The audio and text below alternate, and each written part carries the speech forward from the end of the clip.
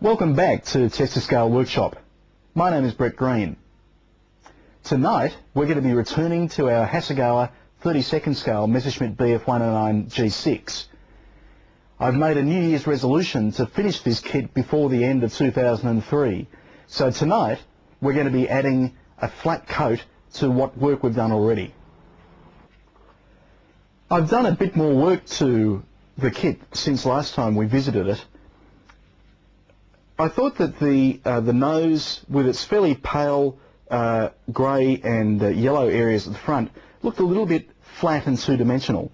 So I've added some fairly subtle panel highlighting and also shadow shading with the airbrush in the meantime. I've also masked and sprayed the canopy for the kit, and I've also assembled the undercarriage, drop tank and some of the smaller parts, and we'll be adding those in the next video.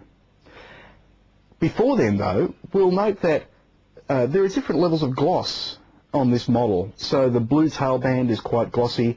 You'll also note that the decals are fairly glossy, and there's a general sheen across the whole model which doesn't look particularly authentic for a lot of World War II aircraft. What we're going to do today is to spray the model with an acrylic flat finish.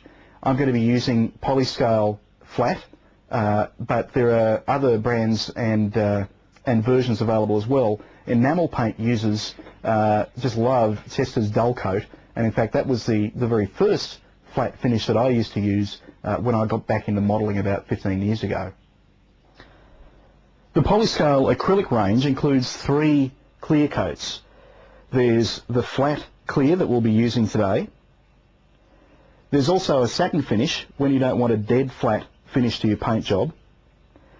And if you want to have a glossy model, in the red label we've got a gloss finish. This is also a very handy product for preparing your model for decals, giving a nice glossy finish to ensure that the decals settle down nicely on the paint job.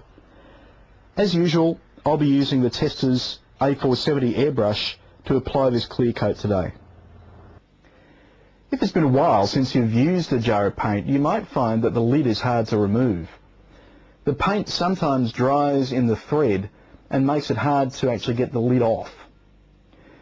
When this happens to me, I run the jar under some hot water, and then I've got a rubber mat that is actually a kitchen appliance for removing lids from jam jars and so forth, but is also very handy for loosening stubborn paint jars as well.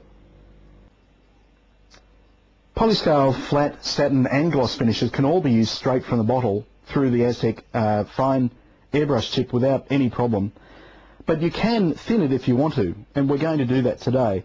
First of all, we'll add some flat to the paint cup, and today we'll be using Polly Scale Acrylic thinner, but you can also use water to thin down the paint. I like the Acrylic thinner because the fine nozzle makes it very easy to get a specific amount of thinner into the paint cup.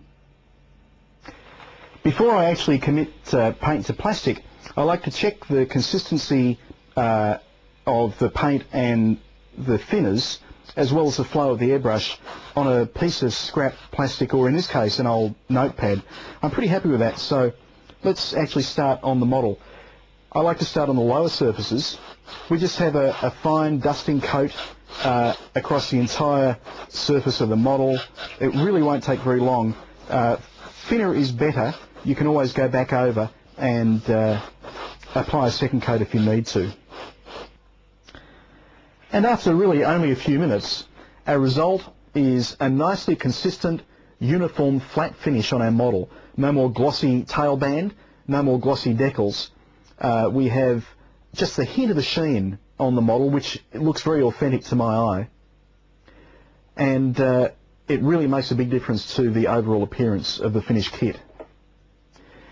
Next time we're going to be achieving my New Year's resolution, actually finishing this thing by applying a little bit more weathering, adding the undercarriage, drop tanks and some of the minor details. But that's next time on HyperScale Workshop. Bye for now.